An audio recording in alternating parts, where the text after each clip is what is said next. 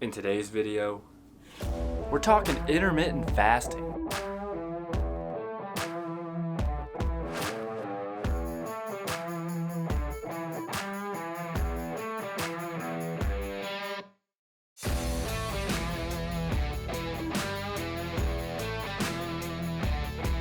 What's up YouTube? Welcome to the video. My name is Tyler, also known as the Fit Chemist, and I help people take control of their lives by taking control of their fitness and nutrition habits so that ultimately we can lead healthier and happier lives. So if you're new here, welcome. Please consider subscribing.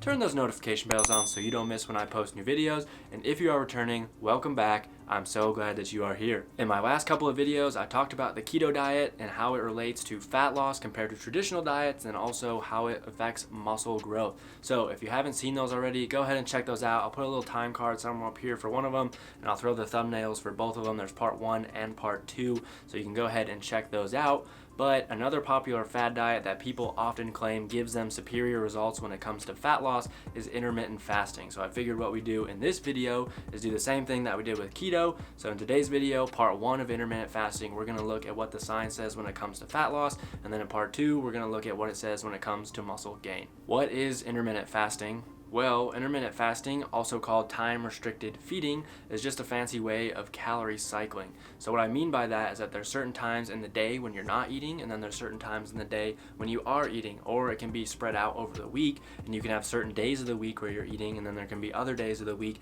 where you're not eating at all, or maybe you're just eating a very small amount in comparison to those other days of the week. I wanted to highlight some popular strategies when it comes to intermittent fasting, so one of them being the 16 and 8 method. So this means that you have 16 hours of no eating each day, and then you have an 8-hour feeding period. So ideally you'd be sleeping for 8 hours, you'd be awake for 8 hours that you're not eating, and then the last 8 hours of your day, that would be your feeding window. Another popular method is the 5-2 method, which means you have 5 days of the week where you're eating higher amounts of calories, and then you have 2 days of the week where you're eating no calories or lower calories. And then the last one would be alternate day fasting, which is exactly what it sounds like. You have one day where you're eating, and then the next day you're either not eating at all, or again you're eating very small amounts, and then that third day you're back to eating, and you just keep switching back and forth between an eating day and a low calorie or not eating day. So what attracts people to this diet? Well, I think there's a lot of reasons. The first one being that if you don't necessarily like tracking macros, this can still put you in a calorie deficit. So if you reduce your eating period, let's say you skip breakfast, which could be 500 to 600 calories, that might be enough to put you in a calorie deficit, and then you start losing weight, again, without having to track anything at all, and a lot of people will see quick results by doing so. The second reason is that some people are simply too busy in the morning to eat, or they just don't enjoy eating first thing when they wake up, in which case intermittent fasting might be for those types of people. Let's say you get up in the morning, you're too busy, you're trying to get your kids ready for school, maybe you need to get some work done before you head into the office, maybe you want to edit a YouTube video like me. I don't know what the reason would be, but again, intermittent fasting might easily adapt to your lifestyle because you can just get up and focus on whatever you need to focus on without having to worry about eating until later on in the day. And the last reason that people are attracted to this particular style of eating is because they do get to have bigger meals. So what I mean by that is, let's say you're trying to eat 3,000 calories a day. If you're doing intermittent fasting, you could have 2 meals of 1,500 calories, and that's probably going to keep you more satiated than doing something like 4 meals of 750 calories throughout the day. I do want to give a word of caution though. If you do end up doing intermittent fasting after watching this video, do not use this shortened eating period as an excuse to go out on an all-out binge fest and just eat whatever you want.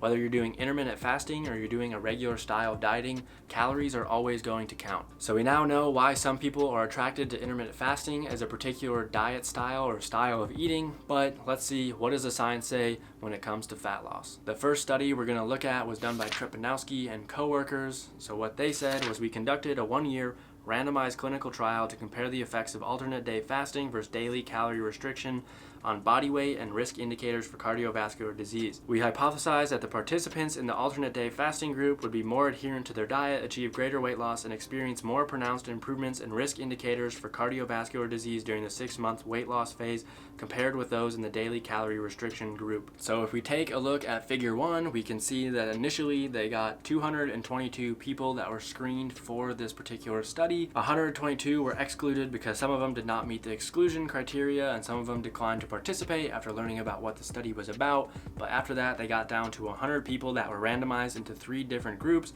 So one of them, starting all the way on the left, was alternate day fasting, or ADF, and then the middle group was daily calorie restriction, or DCR, and then the last group was just randomized to a control, so they weren't in the alternate day fasting or the daily calorie restriction group. They were just eating at maintenance. Throughout this study, they looked at the differences between all three of these groups, and the alternate day fasting group was in a 21% calorie deficit over the 6-month period, and then the daily calorie restriction group was in a 24% calorie restriction over this period. So the daily calorie restriction group was eating slightly less, but the author said that it was not statistically significant for this study. After the 6-month intervention period, what they ended up stating in their conclusion was that there were no statistically significant differences between the alternate day fasting group and the daily calorie restriction group for fat mass, lean mass, or visceral fat mass at month 6 or month 12. This is evidenced by figure 3, in which you can see the alternate fasting group and the daily continuous restriction group lost at about the same rate, and then again they put weight on at about the same rate as well. What they ended up stating in their conclusion was there was no significant differences between the intervention groups in blood pressure, heart rate, triglycerides, fasting glucose,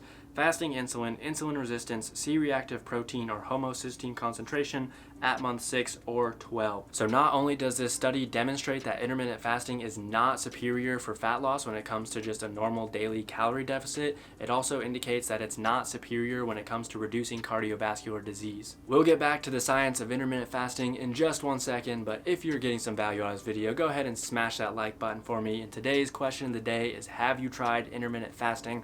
Let me know in the comments down below. I tried it back in 2017 when I was doing my first contest prep. I was eating very low calories, and I found it was just easier to start my day, go to work. I would eat a bigger lunch and a bigger dinner and be satiated towards the later half of the day. I personally liked it, but after that contest prep, I had to get up to 4,400 calories for my bulk season, and that's near impossible to eat without intermittent fasting, so I just never went back to it. And my other contest prep, I just did a normal calorie restriction diet, and that was fine for me. But enough babbling, let's get back to what the science says, starting with study number 2. This study is a meta-analysis done by Simon and coworkers in 2015, and what they did was they looked at 40 different studies concerning humans of any age with any BMI that included some sort of intermittent calorie restriction or intermittent fasting, and 12 of those 40 studies were actually done with a direct comparison to just a normal calorie deficit. All of the studies that they included also had to measure one of the following or more, so they had to do body weight, body mass index, so BMI, or body composition, and they had to do it both at the start of the study and at the end of the study. After looking at all 40 of these studies, what they stated in their conclusion was consistent with this is the finding that IER, or intermittent energy restriction, and CER, or continuous energy restriction, produced apparently equivalent outcomes in terms of the amount of weight, waist or hip circumference, fat mass or fat-free mass loss, the improvement in parameters related to glucose homeostasis, as well as the proportion of people dropping out of the intervention. Intermittent diets, notably the intermittent fasting diets that comprise the bulk of the trials hereby reviewed, thus represent an alternative and equivalent option to more conventional diets involving CER as a means of weight reduction.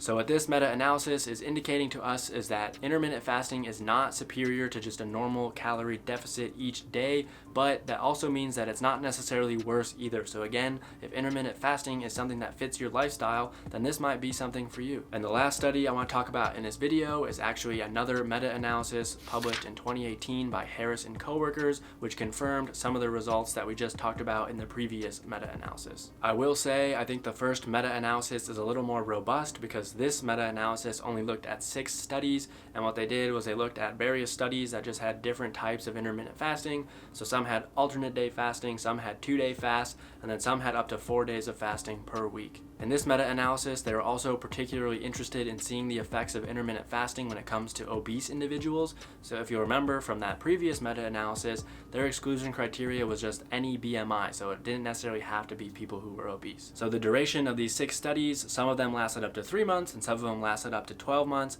4 of the studies looked at in this meta-analysis compared directly to a normal calorie deficit, and then the other 2 did not have any sort of calorie deficit intervention. What they found after analyzing these 6 studies is that meta-analysis revealed that both IER, or intermittent energy restriction, and CER, or continuous energy restriction, or normal daily calorie deficit, resulted in similar weight loss. Therefore, IER is as effective as CER for short-term weight loss in overweight and obese adults. They also found that intermittent energy restriction, or IER, was superior when it comes to no intervention at all. So if you remember towards the beginning of this video, I did mention that if someone doesn't want to track calories and all they want to do is just start intermittent fasting, it is likely that they will lose weight, as demonstrated by this meta-analysis. They're suggesting that if you don't do anything at all except switch to intermittent fasting, that is a good way to get in a calorie deficit and will actually aid in fat loss. However, what this meta-analysis does also point out is that intermittent energy restriction is pretty much equivalent to continuous energy restriction or a normal daily calorie deficit. Hopefully, after learning about that particular study and then these two meta-analysis looking at a wide range of studies, you now understand that intermittent fasting is in no way superior to a traditional calorie deficit when it comes to weight loss. So if people are trying to tell you otherwise, feel free to send them this video, or I'll link all the studies down in the description box below. Go ahead and click on those and send them to them and prove them wrong. Bottom line, the research demonstrates that, again, intermittent fasting is not superior to a traditional calorie deficit in which you have your meals spread out throughout the day.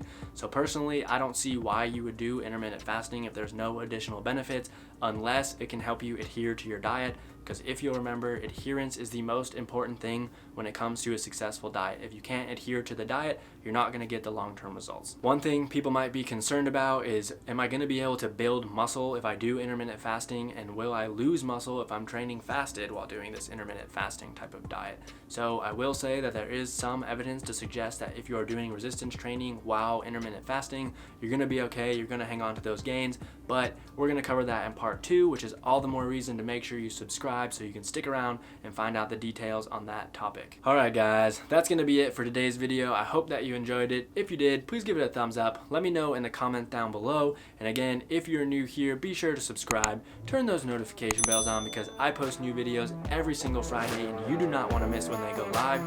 And with that, I'll see you in the next video.